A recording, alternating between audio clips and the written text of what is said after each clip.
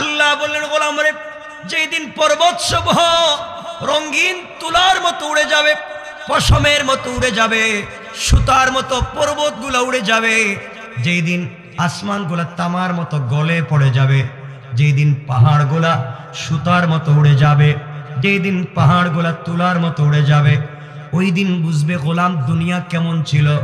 যাদেরকে বন্ধু বানিয়েছিলে কেউ তোর বন্ধু না। দুনিয়ার জমিনে আল্লাহ ছাড়া কেউ বন্ধু হতে পারে না। আল্লাহ বলছেন এরপরের আয়াতে ওয়ালা ইয়াসআলু হামিমুন হামিমা। আল্লাহ রাব্বুল ইজ্জত ওয়াল জালাল বললেন গোলাম রে তোমার চোখের সামনে বন্ধু চলে যাবে, বন্ধু বন্ধুর খবর নিবে না, বন্ধু বন্ধুর দিকে তাকাবে না। যার জন্য দুনিয়ার জমিনে কষ্ট করেছো, যার জন্য দুনিয়ার জমিনে এত মেহনত করেছো, যাকে ছাড়া তুমি চলতে পারতে না, বন্ধুর জন্য তোমার এত টেনশন ছিল, বন্ধুর কথায় হারাম পথে চলেছো, বন্ধুর কথায় নামাজ ছেড়েছো, বন্ধুর কথায় মসজিদে যাও নাই। আল্লাহ বলেছেন গোলাম রে কিয়ামতের দিন তোমার বন্ধু পর্যন্ত বন্ধুর খবর নেবে না। আল্লাহ বলছেন এর পরের আয়াতে ইউবসসিরুনহুম ইয়াওয়াদ্দুল মুজরিমু লাউ ইফতাদি মিন আযাবি ইয়াউমিযিন বিবানি। আল্লাহ রাব্বুল ইজ্জত ওয়াল জালাল বললেন ওই দিন একে অপরকে দেখবে, বাবা তার সন্তানকে দেখবে, ছেলে তার বাবাকে দেখবে, মা তার মেয়েকে দেখবে, ভাই তার ভাইকে দেখবে, স্ত্রী তার স্বামীকে দেখবে, স্বামী তার স্ত্রীকে দেখবে। আল্লাহ বলছেন ওই দিন একদিন একে অপরকে দেখবে, কিন্তু কেউ কাউকে সহযোগিতা করতে পারবে না। আল্লাহ রাব্বুল ইজ্জত ওয়াল জালাল বললেন গোলাম রে ওই দিন তোমরা কি করবে? আল্লাহ বলছেন ইয়াউমি ইদিন বিবানি। ওই দিন মানুষ তার সন্তানকে পণ স্বরূপ আল্লাহর কাছে দিবে। বাবা ডাক দিয়া বলবে আল্লাহ কিয়ামতের দিনে আমার সন্তান আমার সামনে দিয়া চলে যায়, এই সন্তানগুলাকে লালন পালন করবার জন্যে, মানুষের মতো মানুষ বানাবার জন্যে, স্কুলের বেতন দেওয়ার জন্য, কলেজের বেতন দেওয়ার জন্যে, মাদ্রাসার বেতন দেওয়ার জন্য, প্রাইভেট টিউশনের বেতন দেওয়ার জন্যে আল্লাহ তাআলা এত কষ্ট করেছি, মেহনত করেছি। আয় আল্লাহ সন্তানদের ভবিষ্যৎ গড়বার জন্যে আমি নামাজের সময় পর্যন্ত কাজ করেছি, ঈদের দিন পর্যন্ত কাজ করেছি, আল্লাহ তাআলা আবার ডিউটি পর্যন্ত করেছি। আল্লাহ রাত নাই দিন নাই, মেঘ নাই, তুফান নাই, বৃষ্টি নাই, যখন যেভাবে মন চায় কাজ করেছি। আল্লাহ জমিনে গিয়েছি, বৃষ্টিতে কাপড় ভিজেছে, ওখানে রোদে আবার শুকিয়েছে, জমিন থেকে আসি নাই, কাজ করেছি। সন্তানের স্কুলের বেতন দিতে হবে।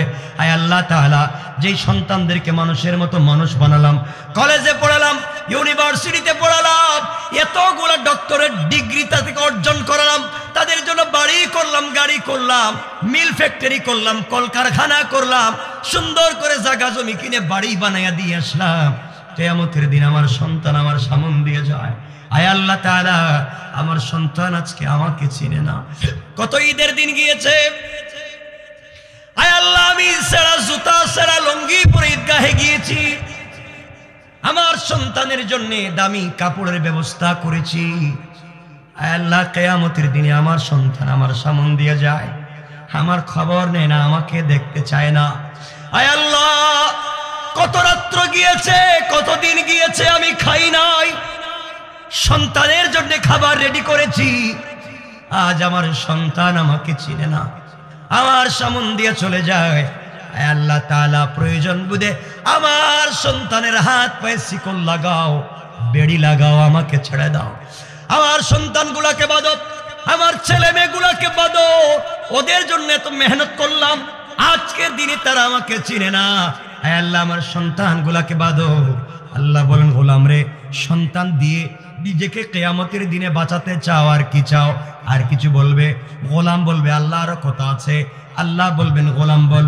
গোলাম এবার বলতেছে আল্লাহ তাআলা ওয়া সাহিবাতিহি ওয়া আখি। আয় আল্লাহ তাআলা আমার স্ত্রীকে বাঁধো, স্ত্রীর ওর নামের জুয়েলারি দেওয়ার জন্য, স্ত্রীকে সুন্দর সুন্দর শাড়ি, থ্রি পিস দেওয়ার জন্য, দুনিয়ার জমিনে আমি দিনরাত কাজ করেছি, তার কথা শুনেছি। আল্লাহ তাআলা স্ত্রী বলেছে তুমি যে চাকরি করো, পাশের বাড়ির ভাই তো একই চাকরি করে, পাশের বাড়ির ভাইয়ের ঘরে যদি এত সুন্দর সুন্দর হোয়াইট ডো আলমারি সুকেস থাকে, এয়ার কুলার এয়ার কন্ডিশন থাকে, একই চাকরি করে তোমার ঘরে হয় না কেন? আয় আল্লাহ আমি সুদ খাইতাম না, আয় আল্লাহ আমি ঘুষ খাইতাম না, এই জন্য আমার ঘরে এগুলা হয় না। স্ত্রীর কথা শুনে ঘুষ খেয়েছি, ঘুষ খেয়ে স্ত্রীর কথা মতো ঘরকে সাজিয়েছি। আল্লাহ তাআলা স্ত্রীর কথা শুনে সুদ খেয়েছি। আজকের দিনে স্ত্রীর কথায় সুদ খাইলাম, ঘুষ খাইলাম, অন্যায় করলাম, আরেকজনের জমি দখল করেছি, বাড়ি দখল করেছি। যে স্ত্রীর কথা শুনে আল্লাহ তাআলা কিয়ামতের দিনে আমার স্ত্রী আমাকে চিনে না। আয় আল্লাহ আমাকে ছেড়ে দাও, প্রয়োজনে আমার স্ত্রীকে বাঁধো। আল্লাহ বলুন গোলাম নিজের সন্তানকে দিলে, নিজের স্ত্রীকে দিয়ে নিজেকে বাঁচাতে চাস, আর কি দিবে? গোলাম বলছে ও আখি, আয় আল্লাহ তাআলা এগুলা নেওয়ার পরেও যদি তুমি আমাকে ছাড়তে না চাও, আমি ছিলাম বড় ভাই, ওরা ছিল আমার ছোট ভাই বোন, ওদেরকে মানুষ করবার জন্যে, ছোট ভাইদেরকে পড়াবার জন্য, বোনদেরকে পড়াবার জন্য আল্লাহ আমি অনেক কষ্ট করেছি, রাত দিন কাজ করেছি। 30টা বছর বিদেশে কাটাইয়া ভাই বোনদেরকে টাকা দিয়েছি। আয় আল্লাহ ছোট ভাইদেরকে স্কুল কলেজে পড়িয়েছি, বোনদেরকে ভালো জায়গায় বিয়ে দিয়েছি, ভাইদেরকে চাকরির ব্যবস্থা করেছি, বিজনেস দিয়েছি। আল্লাহ আমি ভাইদের জন্য বোনদের জন্য এত কিছু করতে গিয়ে নিজের কথা ভুলে গিয়েছি, ঠিক মতো ইবাদত করতে পারি নাই, ঠিক মতো নামাজ পড়তে পারি নাই। আয় আল্লাহ যা করেছি ভাইদের জন্য, যা করেছি বোনদের জন্য করছি। আয় আল্লাহ তাআলা আজকের দিনে ভাই বোন আমারে চিনে না, আজকের দিনে ভাই বোন আমারে চিনে না, যাদের জন্য জিন্দেগি কাটাইয়া দিলাম, গাদার মতো সারা জীবন খাটুনি দিলাম, বিদেশ থেকে একা টাকা পাঠাইলাম, ভাই বোনদের নামে জায়গা কিনলাম, বাড়ি করলাম। আয় আল্লাহ আজকে তারা আমারে চিনে না, আমার ভাই বোনদেরকে বাঁধো, আমাকে ছেড়ে দাও।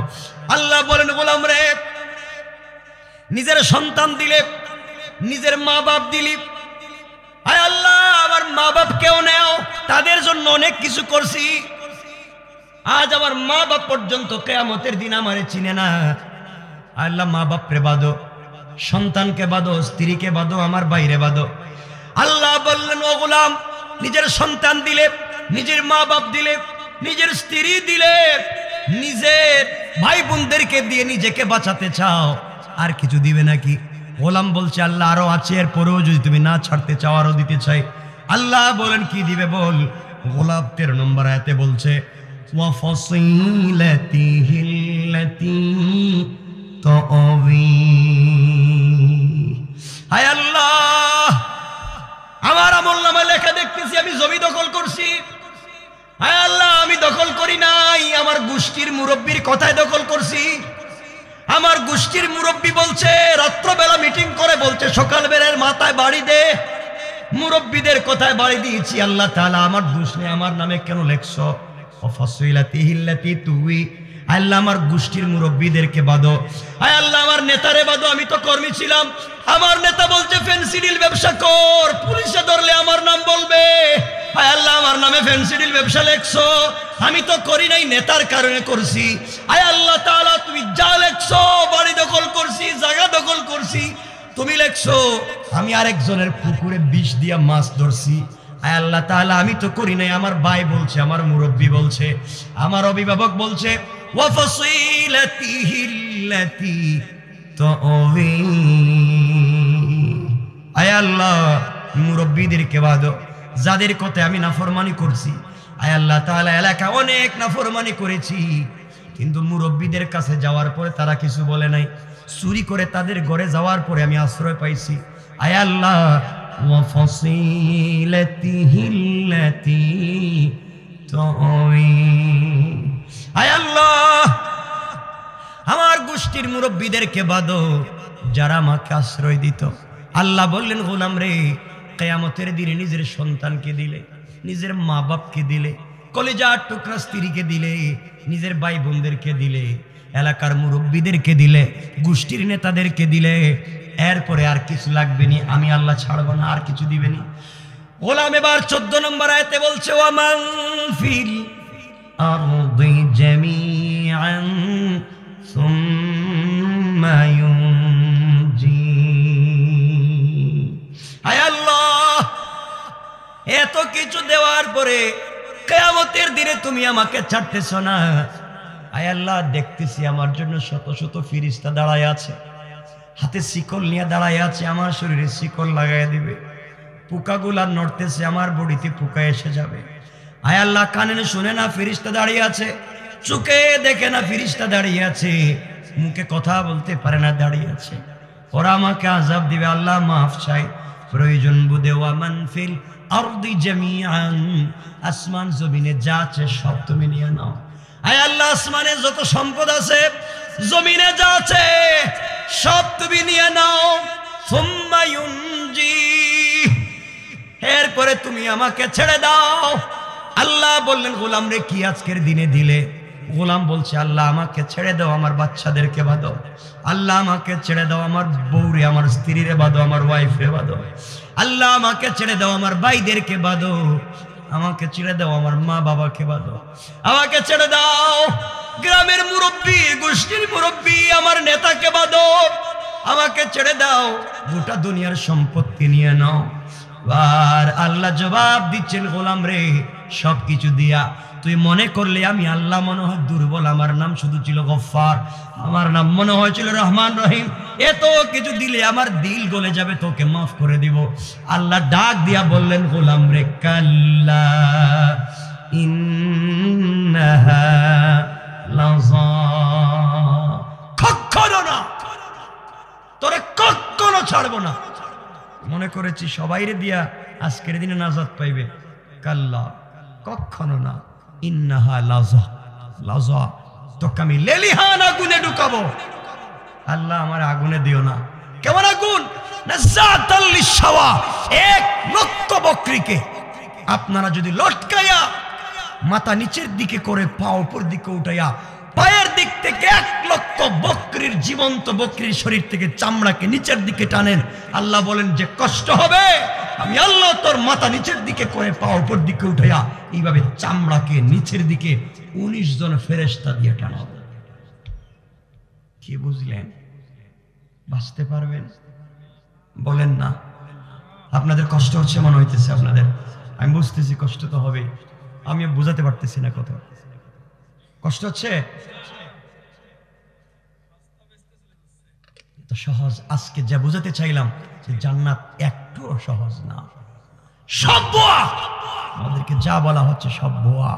এতক্ষণ যা বললাম একটা কোথাও তো আয়াতের বাইরে বলিনি, শুধু আয়াতটা পড়ছি আর অনুবাদটা করছি, আর কিছু বলিনি। এখন কিয়ামতের দিন আল্লাহ বলছেন সবাইরে দিবে, নিজের মা বাপ, ভাই বোন, স্ত্রী, পুত্র, সম্পত্তি সব দেওয়ার পরে আল্লাহ আমার ছেড়ে দাও। আল্লাহ বলবে, আজকে তো কিছু দিতেছ, কেন দুনিয়ায় মনে ছিল না? কথা বলেন না কেন বাবা, কথা বলেন। এখন জান্নাতে যাইতে চান? কিচ্ছু কয় না, বলেন না। জান্নাতে যাইতে চাননি? সবাই বলেন না, ইনশাআল্লাহটা বলেন, আওয়াজ করে বলেন, সবাই একসাথে বলেন ইনশাআল্লাহ। এই জান্নাতে যাওয়ার কথাই আমি 2 রাকাত নামাজের কথা বলবো। 2 রাকাত পড়বেন, শর্টকাট একটা হিসাব পেয়ে যাবে। সুবহানাল্লাহ নাই? একটু কষ্ট করে সবাই বলেন না সুবহানাল্লাহ। আর একটু আওয়াজ করে বললে আমি খুশি হব, নাইলে রাইখা দেব। কারণ আপনাদের ভালোবাসা আর এই যে আমার বুকে ব্যথা হচ্ছে। 4টা অ্যান্টিবায়োটিক খাইয়া বসছি, সেফটি লাগাইয়া, ফেক্সোফেনাডিক লাগাইয়া খাইয়া বসছি, শুধু কথা বলার জন্য। এর মধ্যে স্প্রে করছি, তা বসছে। তো আমি বুঝতেছি আমার উপর দিয়ে কি যাচ্ছে। ভাই আসার পরেই বলছে, কালকে ওয়াজে আসেন না? এখানে আসিনি, কিন্তু আজকে যদি আসতাম না, কালকে ঢাকায় গিয়ে বলতো আপনি মিথ্যা আসেন, আর কোন জায়গায় ওয়াজে কোনো টাকা পয়সা বেশি পাইছেন গেছেন বলে দিত। বাধ্য হয়ে আসছে, যে ভালোবাসি, যে ভাই বলছি, আর ওনার মারে তো আমি মা বলি, এই জন্য আসছে।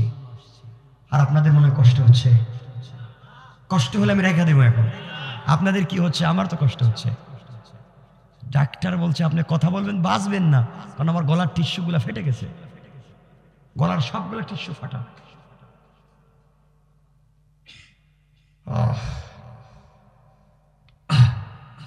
কথা বলবো তো ইনশাল্লাহ। বলেন ইনশাআল্লাহ।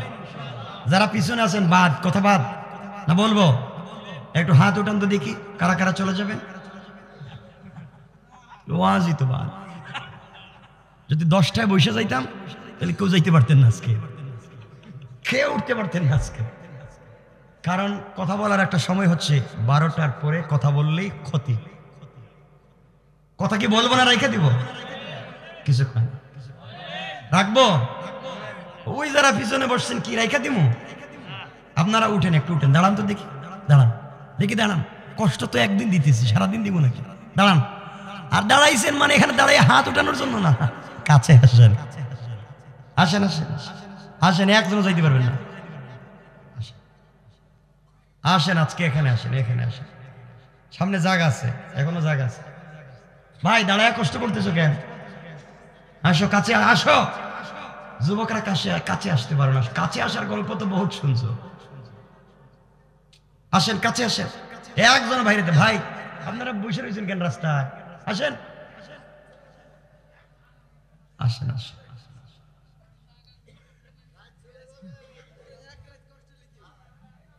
হ্যাঁ মাশাআল্লাহ, এই তো এই তো এই তো ভালো লাগতেছে, মাশাআল্লাহ অনেক হয়ে গেছে। আসেন, আমরা কথা বলবো তো ইনশাআল্লাহ? বলেন না ইনশাআল্লাহ? বলতেছি এরপরেও এতক্ষণ যা বলছি আল্লাহ বুঝাতে চাইছেন, যত কিছুই করো কিয়ামতের দিন মাফ নাই। কিয়ামতের দিন বলেন না মাফ, বলেন মাফ, একসাথে বলা লাগবে মাফ। এই তো ভালো লাগতেছে, বুঝে গেলে আমি বলতে পারবো কয়েক মিনিট। 2 রাকাত নামাজ সালাতুল হাজত, আমার লাইফ থেকে বলছি। আরে মিয়া 2 রাকাত নামাজ পড়ে, 2 রাকাত নামাজ পড়বেন, স্বয়ং আল্লাহ আপনাকে সকল কাজে হিফাজত করবেন। সকল জোরে আওয়াজ করে পড়েন সুবহানাল্লাহ। এই কথাই আমরা ছিলাম। আমার বন্ধুগণ, এই কথাই বোঝাতে চাই। হাকিম লোকমান মনে আছে, নিজের সন্তানকে ওসিয়ত করেছেন, বাবা নামাজ পড়ো, ইবাদত করো। সন্তান বলতেছে আব্বা জান বিজনেস করতে চাই। বাবা বলছেন, বাবারে আমার বন্ধুর কাছে 4000 দিনার পাই, টাকা পাই, নিয়ে আসলে বিজনেস করো। জওয়ান বলছে, যুবক বলছে আব্বা জান কেমনে গিয়ে আনবো? হাকিম লোকমান বলছেন, টাকা আনতে গেলে মৃত্যু বরণ করতে পারো। হাকিম লোকমানের ছেলে বলছে, আব্বা জান বলেন তো কি ব্যাপার? হাকিম লোকমান বলছেন, তাহলে শুনো কেমনে মরে যাইতে পারো। কষ্ট হচ্ছে? ঘর থেকে তুমি যখন বের হবা, সামনে গেলে একটা মরুভূমি পাইবা। বাবার এই মরুভূমিতে যাওয়ার পরে, বাবা তুমি শোনো, তুমি গেলে এই মরুভূমিতে গেলে তোমার হাতে যেই পানি থাকবে, পানি থেকে আগুন বের হবে। পানি পান করলে তুমি মরে যাইবা। মরুভূমিতে হাঁটলে তোমার পা থেকে চামড়া উঠে যাবে। ও বাবা তুমি বাঁচবা না, মরে যাইবা। আব্বা জান তাহলে কেমনে যাব? ও বাবা তুমি যদি বেঁচে যাও, সামনে গেলে একটা গ্রাম পাইবা। ওই গ্রামে ঢুকলেই তুমি নির্ঘাত মরে যাইবা। গ্রাম থেকে যদি তুমি বেঁচে যাও, সামনে গেলে একটা সাগর পাইবা। ওই সাগরের পারে আমার বন্ধুর বাড়ি, একটা চরের মধ্যে 2 তলা বাড়ি, হ্যাঁ 2 তলায় থাকে। তুমি এখানে গেলেই মরে যাইবা, বাঁচতে পারবা না। আব্বা জান এতগুলাই যদি মত হয় তাহলে টাকা আনবো কেমনে? হাকিম লোকমান বললেন, বাবার টাকা কি আনতে চাও? আব্বা জান অবশ্যই টাকা আনতে চাই। হাকিম লোকমান বললেন, বাবারে আমি তোমাকে একটা টিপস দিব। তুমি যদি আমার কথা মেনে তুমি যেতে পারো, আমার বিশ্বাস বেঁচেও থাকতে পারো, টাকাও আনতে পারো, ফিরেও আসতে পারো। 2 রাকাত নামাজ পড়তে হবে। কোন সুবহানাল্লাহ। আব্বা জান বলেন, তো কি করা লাগবে? হাকিম লোকমান বললেন, বাবারে তুমি যখন ঘর থেকে বের হয়ে যাইবা, বের হওয়ার সময় 2 রাকাত সালাতুল হাজত পড়বা। সালাতুল হাজত পড়ে ঘর থেকে বের হওয়ার সময় 1 বোতল 1 লোটা পানি নিয়ে যাইবা। ও বাবা মরুভূমিতে যাওয়ার পরে মরুভূমির আগুনে, মরুভূমির বালির তাপে তোমার বোতলের পানি গরম হয়ে যাবে, তোমার তৃষ্ণা লাগবে পানি পান করবার জন্যে। বাবারে তুমি যদি ওই পানি পান করো তুমি মরে যাইবা। ও বাবা, ওই সময় তুমি যদি বাঁচতে হয়, ওই সময় কষ্ট করে 2 রাকাত সালাতুল হাজত পড়ে ডান দিকে সালাম ফিরাবা।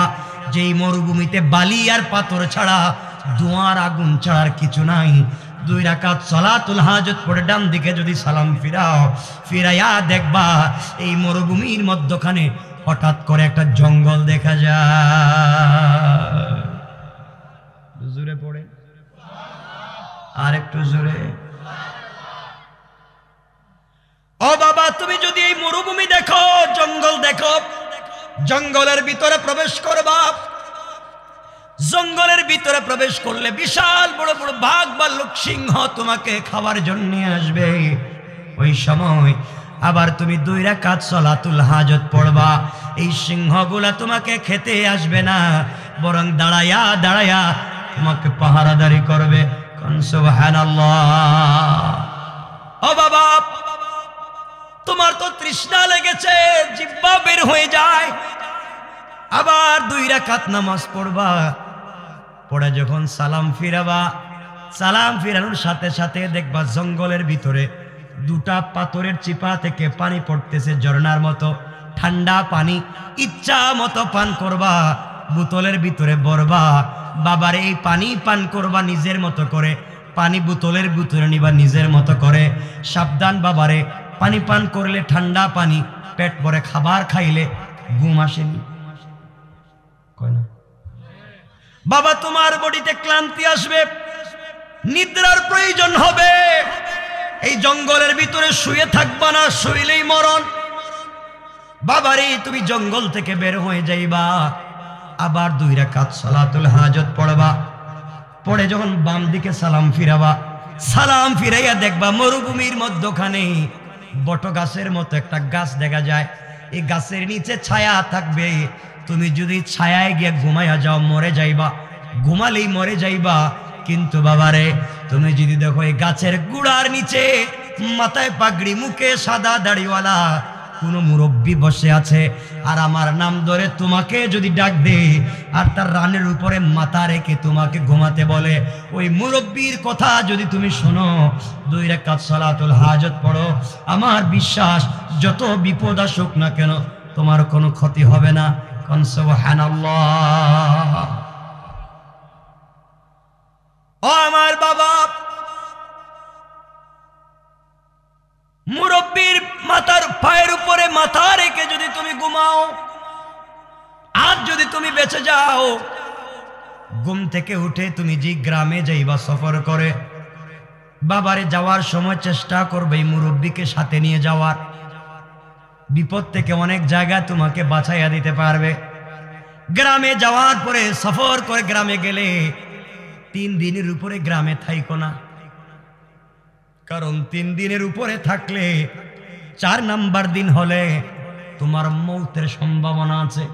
আব্বা জান কেন? ও বাবা, 4 নাম্বার দিনে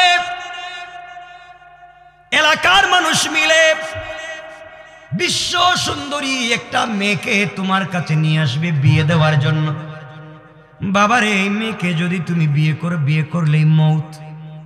কিন্তু বাবা, বেঁচে থাকতে যদি হয় এই মুরব্বীর পরামর্শ নিবা, 2 রাকাত সালাতুল হাজত পড়বা, আমার বিশ্বাস আল্লাহ তোমাকে হেফাজত করে দিবেন। সুবহানাল্লাহ। বাবা, এই গ্রামে যদি বেঁচে যাও, দীর্ঘ পথ সফর করে সাগরের পারে গেলে আমার বন্ধুরে পাইবা। চরের মধ্যে 2 তলা একটা বাড়িতে ঘুমায়। বাবারে, আমার বন্ধুর বাড়িতে গেলে থাকতে বলবে, না থাকলে তোমাকে টাকা দিবে না। আর যেই ব্যক্তি রাত্রবেলা থাকে সেই সকালবেলা মরে যায়, এই জন্য সে টাকা দেয় না, গেলেই মানুষ মরে যায়। বাবারে, আমার ভয় হয় তুমি বন্ধুর বাড়িতে থাকলে মরে যাইবা। বাঁচতেই যদি হয় মুরব্বীর পরামর্শ মতো চলবা, 2 রাকাত সালাতুল হাজত পড়বা, আমার বিশ্বাস আল্লাহ তোমাকে বাঁচাইয়া দিবেন। সুবহানাল্লাহ। আমার বন্ধুগণ, এক কথায় এই যুবক তার বাবার পরামর্শ নিয়ে পরের দিন ঘর থেকে বের হয়েছে।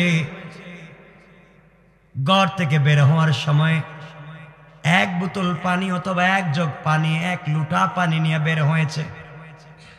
2 রাকাত সালাতুল হাজত পড়ে বের হয়েছে। দীর্ঘ পথ যখন সফর করেছে, মরুভূমিতে সফর করবার কারণে তার পানিগুলা গরম হয়ে গিয়েছে। পানি মুখে দিলে মরে যাবে। বাবার ওসিয়তের কথা মনে পড়েছে। বাবা বলেছেন পানি যদি গরম হয়ে যায় 2 রাকাত সালাতুল হাজত পড়তে। গোলাম 2 রাকাত সালাতুল হাজত পড়েছে, ডান দিকে সালাম ফিরিয়েছে। সালাম ফিরিয়ে দেখি বাবার ওসিয়ত মতো একটা জঙ্গল দেখা যায়। জঙ্গলের ভিতরে প্রবেশ করেছে, 2 রাকাত সালাত পড়েছে। সালাত পড়বার পরে জঙ্গলের প্রাণীগুলা তাদেরকে ডিস্টার্ব করে নাই। 2টা পাথরের চিপা থেকে ঝর্ণার মতো পানি পড়লো। পানি ইচ্ছে মতো পান করলো, বোতলের ভিতরে লুটার ভিতরে ভরলো। ক্লান্তি এসেছে, ঘুমের মন চায়, ঘুমে যেতে মন চায়, হাঁটতে পারে না। আবার গোলাম 2 রাকাত সালাতুল হাজত পড়ে বাম দিকে সালাম ফিরিয়েছে। সালাম ফিরিয়ে দেখে বাবার ওসিয়ত মতো এই বিশাল মরুভূমির মধ্যখানে বট গাছের মতো একটা গাছ দেখা যায়। সুবহানাল্লাহ পড়েন। যুবক ঘুমানোর জন্য গাছের কাছে যাইতে চায়। হঠাৎ মনে পড়েছে বাবা বলেছেন গাছের নিচে ঘুমাতে গেলেই মউত। গোলাম আবার 2 রাকাত সালাতুল হাজত পড়লো। সালাম ফিরিয়ে দেখে বাবার কথা মতো এই গাছের গোড়ায় সাদা দাড়িওয়ালা একজন মুরব্বীকে দেখা যায়। যুবক চিন্তায় পড়ে গেল, আমার বাবার সব কথা দেখি মিলে যায়। এই মুরব্বী ডাক দিয়ে বলছে, হাকিম লুকমানের ছেলে, তুমি আমার কাছে আসো। যুবক চিন্তা করে, ছেলে মুরব্বী তো আমার বাবার নাম জানে। কাছে যাওয়ার বলছে, বাবা তুমি আমার রানের উপরে মাথা রেখে ঘুমাও। আহারে, আমার বাপ তো বলছেন ওর রানের উপরে মাথা রেখে ঘুমালে বিপদ হবে না। কাছে গিয়েছেন, ক্লান্ত শরীর নিয়ে ঘুমিয়ে গিয়েছেন। মুরব্বী বলেছে, বাবারে আমার পায়ের উপরে মাথা রেখে ঘুমিয়ে যাও, তোমার কোনো ক্ষতি হবে না। হাকিম লুকমানের ছেলে ঘুমিয়ে গিয়েছেন। দীর্ঘক্ষণ ঘুমে থাকবার পরে গাছের উপর থেকে বিষাক্ত একটা সাপ নিচে পড়ে গিয়েছে। হাকিম লুকমানের ছেলের পায়ে, হাতে অথবা মাথায় কোনো এক জায়গায় সাপ দংশন করেছে। সাথে সাথে হাকিম লুকমানের ছেলের গোটা বডি কালো হয়ে গিয়েছে। মুরব্বী চিন্তা করলেন, এই ছেলে তো আমার পায়ের উপরে মাথা রেখে ঘুমিয়েছে। তার বাবার ওসিয়ত ছিল আমার রানে মাথা রেখে ঘুমালে বিপদ হবে না। আজকে যে এত বড় বিপদ হলো, আমি কি জবাব দিব? সাপকে ধরলেন, যেই জায়গায় দংশন করেছে মুখ এখানে লাগিয়ে বললেন, সাপরে যেভাবে তুই দংশন করে বিষ দিলে বিষটা নিয়ে যা। সাপ কথা বলতে দেরি হয়েছে, বিষ টান দিয়ে নিয়ে গিয়েছে। মুরব্বী সাপটাকে 2 টুকরা করে দিয়েছেন। লেজের টুকরাটা জমিনে ফেলে দিয়েছেন, মাথার টুকরাটা হাকিম লুকমানের ব্যাগের ভিতরে, হাকিম লুকমানের ছেলের ব্যাগের ভিতরে ঢুকায়া দিলেন। হাকিম লুকমানের ছেলে কিছুক্ষণ পরে ঘুম ভেঙে গেল। ঘুম ভাঙার পরে দেখে তার কাছে একটা সাপের লেজ পড়ে আছে। নড়াচড়া করে ভয় পেয়ে জিজ্ঞেস করে, আঙ্কেল এখানে সাপের লেজ আসলো কোত্থেকে, আর অর্ধেক সাপ গেল কই? মুরব্বী বললেন, বাবারে সাপ তোমাকে দংশন করেছিল, আঘাত করেছে। এই সাপকে দেয়া যেখানে আঘাত করেছিল ওখান থেকে বিষ নিয়ে আইছি আমি যেভাবেই হোক তোমাকে সুস্থ করেছি। সাপকে 2 টুকরা করেছি, এক টুকরা এখানে ফেলে রেখেছি, অন্য টুকরা অন্য জায়গায় রেখে দিয়েছি। তার ব্যাগের ভিতরে রাখছেন, এ কথা বললেন না, ব্যাগের ভিতরে রেখে দিলেন। জোয়ান বলছে, মুরব্বী আমি এখানে আর থাকবো না, আমি চলে যেতে চাই, আমি টাকা আনবার জন্য যাচ্ছি। বের হয়ে চলে যাচ্ছে। হঠাৎ মনে পড়েছে বাবা বলেছেন রাস্তায় বের হলে সামনে গেলে আরো বিপদ আছে। এই বিপদ থেকে বাঁচতে হলে মুরব্বীকে সাথে নিয়ে গেলে বিপদ কম হবে। ঘুরে এসে বলছেন, আঙ্কেল আপনি যদি আমার সাথে সফরে যান আমার ভালো হবে। মুরব্বী বলছেন, হাকিম লুকমানের ছেলেরে তুমি যদি আমাকে সাথে নিয়ে যেতে চাও আমার আপত্তি নাই। সাথে নিয়ে যেতে লাগলেন। আমার বন্ধুগণ গ্রামে ঢুকে গেলেন। দীর্ঘ পথ চলবার পরে গ্রামে গিয়ে হাকিম লুকমানের ছেলে বাবার পরিচয় দিলেন। এলাকার মানুষ সম্মান দিতে লাগলো, ভালোবাসতে লাগলো। 3 দিন কখন কেটে গিয়েছে মনে নাই, ভুলে 4 নম্বর দিন হয়ে গিয়েছে। বাবা বলেছেন 4 নম্বর দিন হলে বিপদ আছে। 4 নম্বর দিন যখন হলো, সকালবেলা হাকিম লোকমানের ছেলে বসে আছেন। এমন সময় এলাকার সকল মানুষ মিলে বিশ্ব সুন্দরী একটা মেয়েকে হাকিম লোকমানের ছেলের কাছে এসে বলছেন, বাবা তুমি এই মেয়েকে বিয়ে করো, নচেত তোমাকে ছাড়বো না। তুমি যদি এই মেয়েকে বিয়ে করো, আমাদের সঙ্গে তোমার আত্মীয়তা ঠিক থাকবে, তোমার বাবার আত্মীয়তা থাকবে। হাকিম লোকমানের ছেলে মেয়ের চেহারার দিকে তাকায়া দেখেন, এমন সুন্দর মেয়ে পৃথিবীতে তিনি আর দেখেন নাই। মেয়ের লোভে পড়ে বিয়ে করার জন্য আগ্রহ প্রকাশ করলেন। সাথে সাথে বাবার ওসিয়ত মনে পড়েছে। বাবা বলেছেন এই মেয়েকে বিয়ে করলেই মরণ। কষ্ট হচ্ছে মনে আপনাদের? আমি কি রেখে দেব? আমার অনেক কষ্ট হচ্ছে, আমি কি রেখে দেব? 12:15 হয়ে গেছে। কষ্ট হচ্ছে আপনাদের?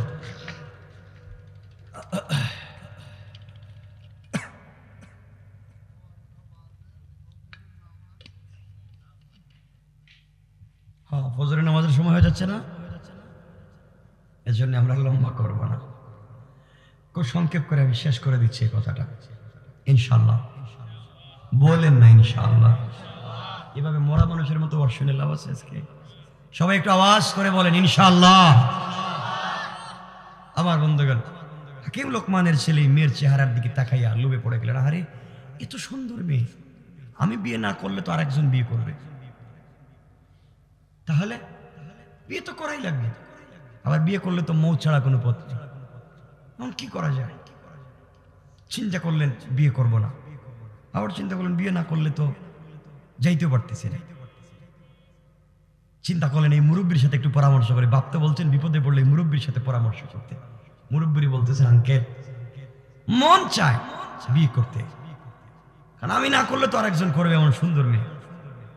আর বাবার ওসিয়ত হলো বিয়ে না করতে, বিয়ে করলে মত। আবার বাবা বলছেন আপনার পরামর্শ নিতে, আপনি বলেন না একটা পরামর্শ দেন আমারে। কি দিব বলে বলেন, বিয়েটা করে ফেলাই। মুরব্বী বলছেন যুবক বিয়ে তো করতে চাও, বাবার ওসিয়ত মনে নাই, সব ঠিক আছে, মরা তো একবার লাগবে। মুরব্বী বলছেন যুবক তুমি বিয়ে করে নাও, বিপদ যা হবে আমি দেখব। সুবহানাল্লাহ, বাদ দিন কেমন? এটা কি গুরুস্থান নাকি? আমি আপনাদেরকে চিনি, আমার আজকে কষ্ট হচ্ছে বিদায় কথা বলতে পারতেছি না। সবাই আওয়াজ করে চিৎকার করে পড়া লাগবে সুবহানাল্লাহ। এই আওয়াজে না, যাদের ঠোঁট নড়ে না, বিষয়টা কি? আজরাইল কি ধরছে নাকি? সবাই জোরে পড়েন সুবহানাল্লাহ। এই তো পারেন, দেখা যায়। মুরব্বী বলছেন যুবক বিয়ে করো, বাকি আমি দেখবো। আঙ্কেল বিপদ হইলে কিন্তু খবর আছে আপনার, আপনার কথা কিন্তু বিয়েতে রাজি হয়েছি। মুরব্বী বলতেছেন আমি কইলে কি আর না কইলে কি, তুমি যে রাজি হইছো তুমি তো এমনি বিয়ে করবা।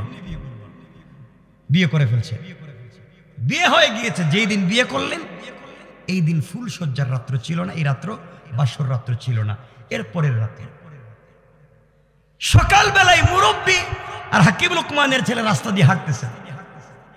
এলাকার ছেলে পেলে, নারী পুরুষ, আবার বৃদ্ধ বনিতা, ছোট বড় সবাই এই মুরব্বী আর হাকিম লোকমানের ছেলের পিছনে পিছনে ঘুরে আর এই যে পাগল যায়, এই যে পাগল যায়, এই যে পাগল যায়। সবাই হাসে, পাগল যায় বলে। হাকিম লোকমানের ছেলে বলছেন এই ছেলেরা তোমরা আমার পাগল বলো কেন? তোমরা বলবো আমি দুলাভাই, আমি বিয়ে করছি তোমাদের এলাকায়, আমি তোমাদের দুলাভাই, তোমরা আমার পাগল বলো কেন? কই মিয়া পাগল, তোমার মতো পাগলের দুনিয়ায় নাই। তুমি বিয়ে করছো কারে তুমি জানো? হাকিম লোকমানের ছেলে বলছেন জানবো না কেন, তো বিশ্ব সুন্দরী মেয়ে, তারে বিয়ে করছি। আরে বোকা, 9টা, তাহলে আমি 10 নম্বর? হ্যাঁ আপনি তো পাগল বলতেছি, এই মেয়ের আগে আরো 9টা বিয়া, আপনি 10 নম্বর দুলাভাই।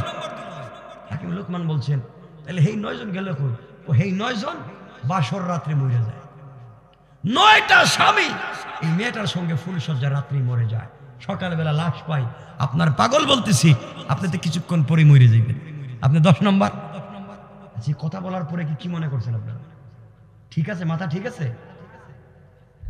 হাকিম লোকমানের ছেলে মুরব্বী বলছেন আঙ্কেল পলায়ন করা যায় কোন দিকে হিটা কোন, বিয়ে থাকো দরকার নাই, আগে কোন দিকে যাওয়া যায় হিটা কোন। মহিলা করছে কি, স্ত্রী করছে কি, সিকিউরিটি লাগাই দিয়েছে এলাকায়, আমার স্বামী যেন যাইতে না পারে, পলায়ন করতে না পারে, ও যেদিকেই যায় এখানে সিকিউরিটি। কি করা লাগবে শেষ পর্যন্ত? আজকে কি মৌত, আজকে কি বলেন না, আজকে কি হাকিম লোকমানের ছেলে কাঁদতেছেন, মুরব্বীকে বলতেছে আঙ্কেল মইরা গেলে আমার বাবার কাছে খবরটা কে দিব, আজকে তো শেষ। কে জানি বললো না বিয়ার আগে এটা 9টা বিয়ে হয়েছে। আমি যে 10 নম্বর সিরিয়ালে পড়লাম, এই 9 জন যে পথে মরছে আমি তো এই পুঁতি মরে যাই। মুরব্বী বলছে এত টেনশন করিস না, আমি আসি তো, যত বিপদ হয় আমি দেখবো।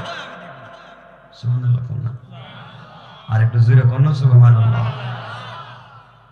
আঙ্কেল দেখেন আমি যা যা বলবো এই কথা মতো চলবি, আমার কথা মতো যদি চলস তাহলে আশা করি বিপদ হবে না, ঠিক আছে? আমার মুসলমান বন্ধুগণ গভীর মনোযোগ। এক পর্যায়ে হাকিম লোকমানের ছেলে মুরব্বীর সঙ্গে পরামর্শ করলেন, আঙ্কেল আজকের রাত্রেই তো ফুলসজ্জার রাত্র, আমি কি একা যাবো না আপনি যাবেন? কবে এটা পাগল, কি পাগল হইছস? আমিও যাবো সাথে। আমি বলছি যা যা বলি তাই শোন। আঙ্কেল বলেন কি করা লাগবে? ও হাকিম লোকমানের ছেলে, ফুলসজ্জার রাত্রে স্ত্রীর কাছে যাওয়ার আগে 2 রাকাত সালাতুল হাজত পড়ে যাইবা। ঘরে ঢুকবার পরে তোমার স্ত্রী তোমার সঙ্গে মেলামেশা করবার জন্য পাগল হয়ে যাবে, খবরদার মেলামেশা করবা না। স্ত্রীকে বলবা আজকে তুমি আমাকে চিনো, আমি তোমাকে চিনি, তুমি আমাকে জানো, আমি তোমাকে জানি। এইভাবে কথাবার্তা বলে কিছুক্ষণ সময় কাটাইয়া দিবা। হাকিম লোকমানের ছেলে বলছে আঙ্কেল যদি মায়ের শুরু করে, আপনি বলছেন কথাবার্তা বলবো, যদি মায়ের শুরু করি, এমনি তো 9 জন মরছে। মুরব্বী বললেন বাবারে কথাবার্তা বলতে বলতে এক পর্যায়ে তুমি বলবা স্ত্রী শোনো, অবশ্যই তোমার কথা মতো তোমার সঙ্গে মেলামেশা করব, কিন্তু আমার টয়লেটের প্রয়োজন, অজু ইস্তেঞ্জার প্রয়োজন।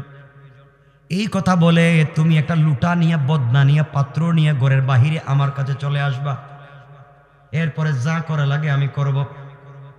হাকিম লোকমানের ছেলে 2 রাকাত সালাতুল হাজত পড়ে মুরব্বীর কাছ থেকে বিদায় নিয়ে ঘরের ভিতরে ঢুকলেন।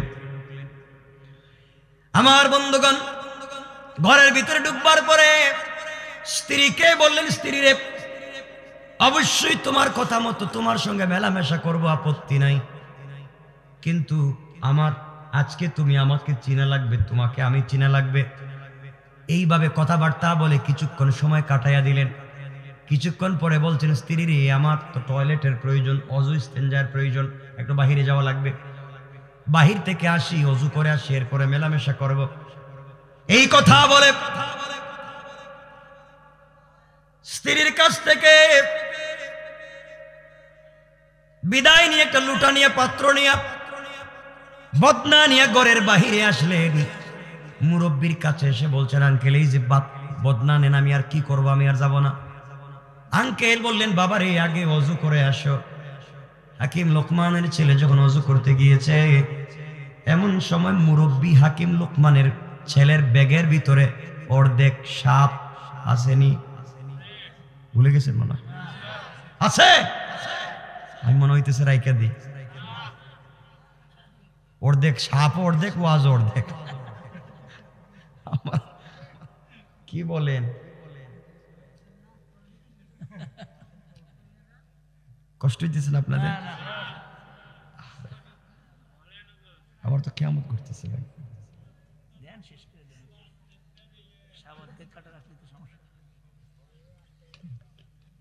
এই যে ভাই কইছিল 11:30 রাইখা দিতে কইছিল, কষ্ট হচ্ছে না আপনাদের? একটু হাতটা দেখেন তো দেখি কার কার কষ্ট হচ্ছে। আপনার সালাক হয়ে গেছে।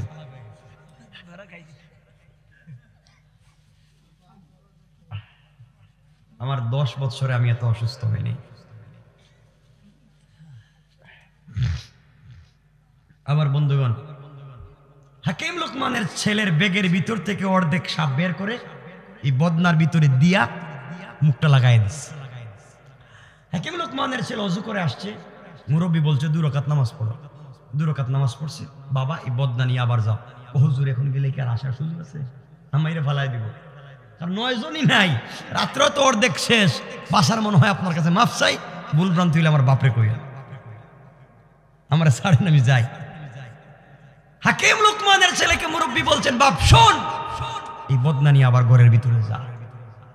এবার গেলে স্ত্রী কিন্তু তোমাকে ধরবে। মেলামেশা করার জন্য তুমি বলবা, বউ অবশ্যই মেলামেশা করবো, শর্ত একটা। শর্ত কি? বলে যে আমি বদনা আনছি, এই বদনায় তোমাকে পেশাব করতে হবে, প্রস্রাব করতে হবে। এটা যদি তুমি পেশাব করো তাহলেই তোমার সাথে মেলামেশা করবো, আর না করো মেলামেশা করবো না। হুজুর এই কথা বলার পরে কি আমি কি মাইট টাইট দিব না? এটা কোন আগে না, মাইট টাইট দিবে না, তুমি এটা বলো, অবশ্যই সে মানবে। হুজুরের পরে কি? যদি প্রস্রাব করে তাহলে এই বদনা বা লুটার মুখটা বন্ধ করে এক দৌড়ে আমার কাছে নিয়ে আসবে, এরপরে আবার যাইবা, আমি যা বলবো তাই করবো। হুজুর এতক্ষণ পর্যন্ত হায়াত আছে তো? আছে। সুবহানাল্লাহ বললেন না? আর একটু জোরে কর না সুবহানাল্লাহ। আরে বুঝান না কি বলতে চাই, কি বলতে চাই শোনেন। আমার বন্ধুগণ, হাকিম লোকমানের ছেলে বদনা নিয়ে ঘরের ভিতরে গিয়ে বলছে, স্ত্রী তুমি আমার সঙ্গে মেলামেশা করতে চাও, আমি রাজি, শর্ত একটা, তুমি যদি বদনায় প্রস্রাব করো তাহলেই তোমার সঙ্গে মেলামেশা হবে, নচেত না। স্ত্রী দেখলো আহারের স্বামী একটা কথা বলছে, এটা তো এমন কিছু না। স্ত্রী যখন এই বদনায় প্রস্রাব করলো, প্রস্রাব করার সাথে সাথে হাকিম লোকমানের ছেলে এই পেশাব করার পরে বদনার মুখটাকে ডেকে দিয়া স্ত্রীকে বলছে, 2 মিনিট ওয়েট করো, আমি আসতেছি। এই কথা বলে বদনা নিয়ে দৌড়, এক দৌড়ে ঘরের বাহিরে এসে বলছে, হুজুর নেন, এখন কি করা লাগবে? হাকিম লোকমানের ছেলেকে মুরব্বী বললেন, বদনা উল্টাও। হাকিম লোকমানের ছেলে মুখটা খুলে যখন বদনা উল্টাইছে, উল্টাইয়া দেখে আশ্চর্য কারবার, সাথে সাথে দেখা যায় বিষাক্ত ছোট ছোট 2টা সাপ এই বদনার ভিতরে, আর অর্ধেক সাপ পড়ে আছে। কোন সুবহানাল্লাহ। হুজুর এখানে সাপ আসলো 2টা কোথা থেকে, আর অর্ধেক সাপ কোথা থেকে? এগুলো কি আমি কিছুই বুঝতেছি না। মুরব্বী বললেন, বাবারে তুই শোন, তাহলে আমি আসল ঘটনা বলি, শোন। এই মেয়ের পেটে বিষাক্ত 2টা সাপ ছিল, এই যে কালো 2টা সাপ এই মেয়ের পেটে ছিল। এখন কেমনে সাপ আসলো, কেমনে সাপ ঢুকলো, কেমনে কেমনে সাপ হইলো, এগুলো তো আরেক ওয়াজ, এটা আজকে রেখে দিই, সেদিকে যাবই না। হাসেন কে? এটা রাইকে আপনারা কি মরা পর্যন্ত ওয়াজ চালাইতে পারবেন না? একটু মানবতা তো থাকতেই। সাপ কেমনে এই মেয়ের পেটে ঢুকলো, এই ওয়াজ রাইকে দিলাম, শুনেন না। রাত্র কয়টা হয়েছে? 12:30 হয়ে গেছে। চিন্তা করতেছেন, মানুষ সুস্থ থাইকাও 40 মিনিট ওয়াজ করে না, আর অসুস্থ থাইকা কয় ঘন্টা হয়েছে ভাই? কয় ঘন্টা হয়েছে?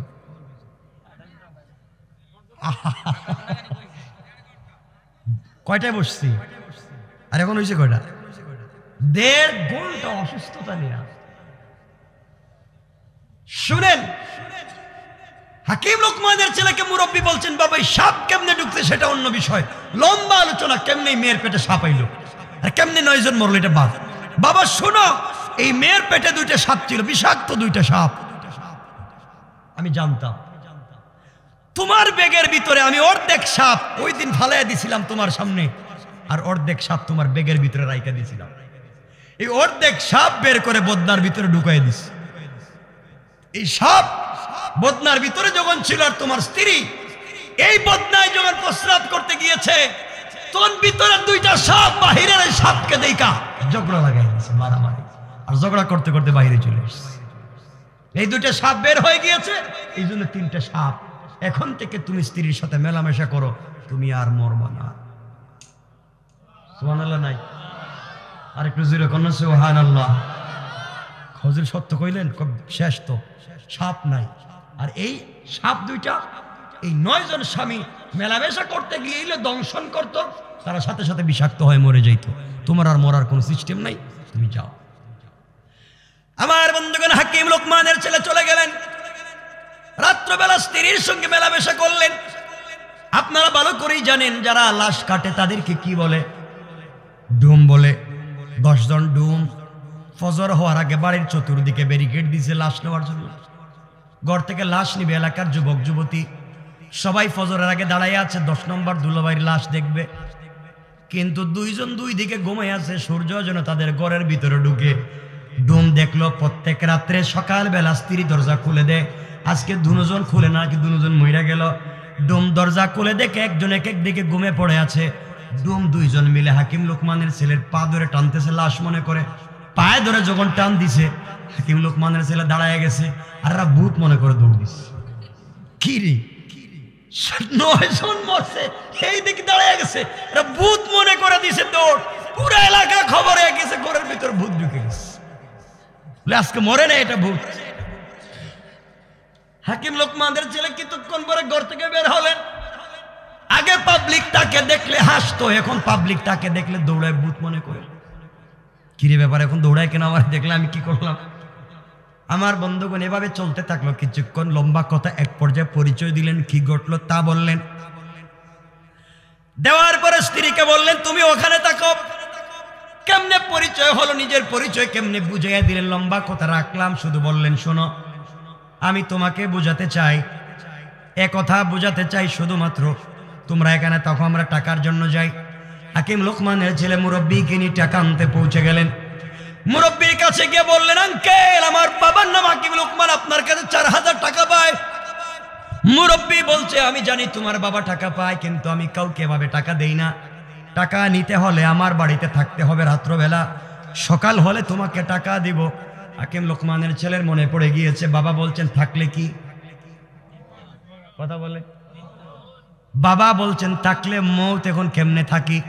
কিন্তু বাবা বলেছেন মুরব্বীর পরামর্শ নিলে কিছু হবে না। আঙ্কেল কি করা যায়? টাকা নিতে হলে টাকা লাগবে বাবা, চলো আমরা 2 জন থাকি। 2 তলা বাড়ি, এই মুরব্বী নিচতলায় হাকিম লোকমানের ছেলে আর মুরব্বীকে থাকতে দিল। 2 তলায় 2টা রুমে, 1 তলায় মুরব্বী থাকে, অন্য তলায় অন্য রুমে তার 2টা ছেলে থাকে। এর অর্থ হলো সাগরের পারে চরের মধ্যে তার বাড়ি 2 তলা। কেউরে টাকা দেন, হাজার হাজার মানুষ তার কাছে ঋণ পায়। নিচতলায় যখন রাত্রবেলা মানুষ ঘুমায়, গভীর রাত্রে সাগর থেকে জোয়ার আসে, নিচতলায় পানি ঢুকে যায়, দরজা খুলতে পারে না, পাবলিক মরে যায়। সকালবেলা লাশ হয়ে যায়, পাবলিকের টাকা দেয় না। এই চিন্তা করে হাকিম লোকমানের ছেলে আর মুরব্বীকে নিচতলায় দিছে। রাত্রবেলা জোয়ার আসবে, জোয়ারের পানিতে মরে যাবে, টাকা দেওয়া লাগবে না। আল্লাহ বললেন ইন্না কাইদাশ শাইতানি কানা দাঈফা। আল্লাহ বলে দিলেন গোলাম রে, কাফের বেঈমানেরা যত কৌশল করে না কেন, আল্লাহর কাছে সবগুলো কৌশল বড়ই দুর্বল। নিচতলায় যখন ঘুমাতে গেলেন হাকিম লোকমানের ছেলে আর মুরব্বী যখন ঘুমালেন, গভীর রাত্রে যখন জোয়ার আসলো, মুরব্বী যুবক হাকিম লোকমানের ছেলেকে বললেন নামাজ পড়ো।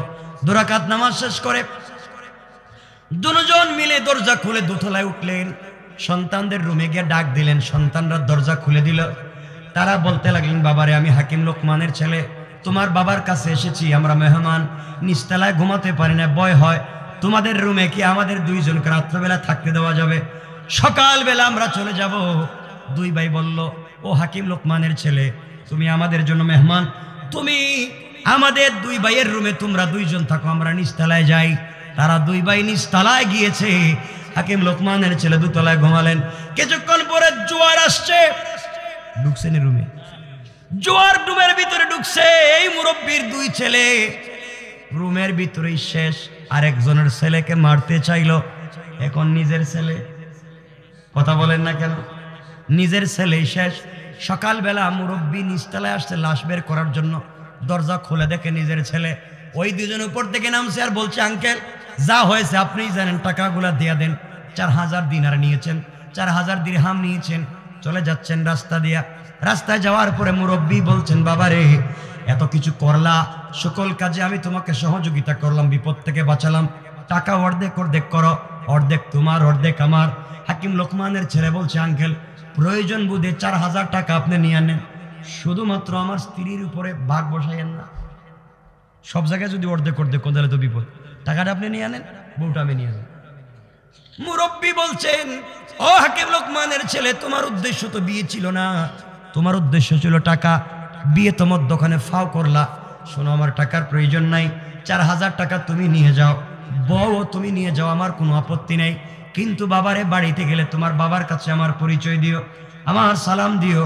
এবার হাকিম লোকমানের ছেলে বলছে, আঙ্কেল এতক্ষণ পর্যন্ত আপনি আমার সাথে ছিলেন, সকল বিপদ আপদ থেকে আপনি আমাকে বাঁচালেন, আজ পর্যন্ত আপনার নাম জানলাম না, আপনার পরিচয় জানলাম না।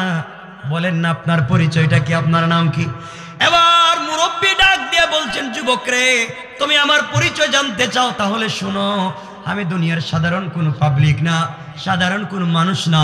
তুমি যখন ঘর থেকে বের হয়ে আসার সময় 2 রাকাত সালাতুল হাজত পড়েছিলা, প্রত্যেক সালাতুল হাজতের নামাজ শেষ করার পরে আল্লাহ একজন ফেরেশতা সালাতুল হাজত পড়ার সাথে সাথে, যেই গোলাম সালাতুল হাজত পড়ে, সাথে সাথে আল্লাহ একজন রহমতের ফেরেশতা তার সিকিউরিটির জন্য পাঠাইয়া দেন। তুমি যখন ঘর থেকে বের হওয়ার সময় 2 রাকাত সালাতুল হাজত পড়েছো, পড়ার কারণে আমার আল্লাহ সালাতুল হাজত পড়বার কারণে আমাকে সাথে সাথে তোমার সিকিউরিটির জন্য পাঠাইয়া দিয়েছে। চলার প্রতি বারবার সালাতুল হাজত পড়েছো, আমি তোমাকে হিফাজত করেছি, সকল বিপদ থেকে বাঁচিয়েছি। কারণ আল্লাহ বলেছেন, যারা সালাতুল হাজত পড়ে আল্লাহ নিজে ফেরেশতা পাঠিয়ে সিকিউরিটির ব্যবস্থা করেন। ও গোলাম, তুমি চলে যাও। আজকে থেকে চলার পথে যেই গোলাম প্রতিদিন 2 রাকাত সালাতুল হাজত পড়বে, আল্লাহ সাথে সাথে রহমতের একজন ফেরেশতা পাঠাইয়া ওই ব্যক্তির জন্য সিকিউরিটির ব্যবস্থা করে দেন। কোন সুবহানাল্লাহ। কথা বুঝাইতে পারছি? এরপরে কি হলো? ছেলে যাইতে পারলো কিনা, মুরব্বী পরে কোথায় গেল, এগুলা বাদ, এখানে রেখে দিলাম। এতটুকুন পর্যন্ত বুঝাইলাম যে সালাতুল হাজত পড়লে কি উপকার হয়। এজন্য সবাই পড়বেন তো ইনশাআল্লাহ, বলেন ইনশাআল্লাহ। এতটুকুন রেখে দিলাম। আমার জন্য দোয়া চাই, আপনাদের জন্য দোয়া থাকলো। আল্লাহ যেন আমাদের সবাইকে মুহাম্মাদ ওয়া আলা আলি মুহাম্মাদ কামা বারাকতা আলা ইব্রাহিম ওয়া আলা আলি ইব্রাহিম ইন্নাকা হামিদুম মাজিদ। اللهم آمين. الحمد لله الذي هدانا لهذا وما كنا لنهتدي لولا أن هدانا الله لقد جاءت رسل ربنا بالحق ربنا ظلمنا أنفسنا وإن لم تغفر لنا وترحمنا لنكونن من الخاسرين ربنا آتنا في الدنيا حسنة وفي الآخرة حسنة وقنا عذاب النار وأدخلنا الجنة مع المتقين والأبرار اللهم اغفر لنا ولوالدينا رب ارحمهما كما ربياني صغيرا رب ارحمهما كما ربياني صغيرا ولأستاذنا ولشيخنا ولمشايخنا ولجميع أمة محمد صلى الله عليه وسلم يا حي يا قيوم برحمتك نستغيث يا أرحم الراحمين يا الله গভীর রজনীতে আলিম ওলামা নিয়া, হাফেজ কোরআন নিয়া, নওজোয়ান ভাই নিয়া, মাসুম বেগুনা বাচ্চা নিয়া, সাদা দাড়িওয়ালা মুরব্বী বাবা নিয়া, পর্দানিশীন মা বোনদেরকে নিয়ে হাত উঠাইলাম। আল্লাহ দয়া গুণে মায়া গুণে আমাদের तमाम জিন্দেগির গুনাহগুলোকে মাফ করে দাও। আয় আল্লাহ, গুনার কারণে গাড়ির চাকার নিচে ফালাইয়া আগুন দিয়ে জ্বালাইয়া পানির মধ্যে ডুবাইয়া ulcer, cancer, diabetes, heart attack, kidney damage, brain stroke, brain tumour, paralysis দিয়া বেইজ্জতির মৌত আমাদের দিও না। আমনি ইন্তেকালের সময় যদি চলে আসে, পবিত্র রমাদানুল মুবারকের তাহাজ্জুদের সিজদা, জুমার দিনের কোরআন তিলাওয়াতের হালতে বিশ্ব নবীকে স্বপ্নে দেখাইয়া জান্নাত চোখের সামনে রেখে মালাকুল মউত পাঠাইও আল্লাহ। অমনি আমরা যারা হাত উঠাইলাম, আমাদের পক্ষ থেকে লাখো কোটি দুরূদ ও সালামের হাদিয়া বিশ্ব নবীর রূহ মুবারকে পৌঁছাইয়া দাও। আয় আল্লাহ, প্রোগ্রামের উসিলা এলাকার মধ্যে রহমতের আমজুরি বর্ষাও। মুরব্বী বাবাদেরকে তাহাজ্জুদ ওয়ালা বানাও, নওজওয়ানদেরকে 5 ওয়াক্ত নামাজি বানাও, মা বোনদেরকে পর্দানিশীন বানাইয়া দাও। যেই বোনের বয়স হয়ে গেছে, বিয়ে হচ্ছে না, তোমার কুদরত থেকে বিয়ের ফয়সালা করে দাও। যার বিয়ে হয়েছে বাচ্চা পাচ্ছেন না, তোমার কুদরত থেকে বাচ্চার ব্যবস্থা করে দাও।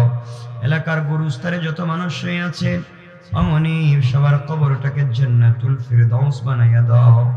আয় আল্লাহ, আমরা যারা হাত উঠাইলাম, আয় আল্লাহ, যাদের নাম মনে পড়ে, যাদের নাম মনে পড়ে না, আয় আল্লাহ, আমাদের সবাইকে জান্নাতুল ফিরদাউসে আমাদের নামটা লিখে দাও।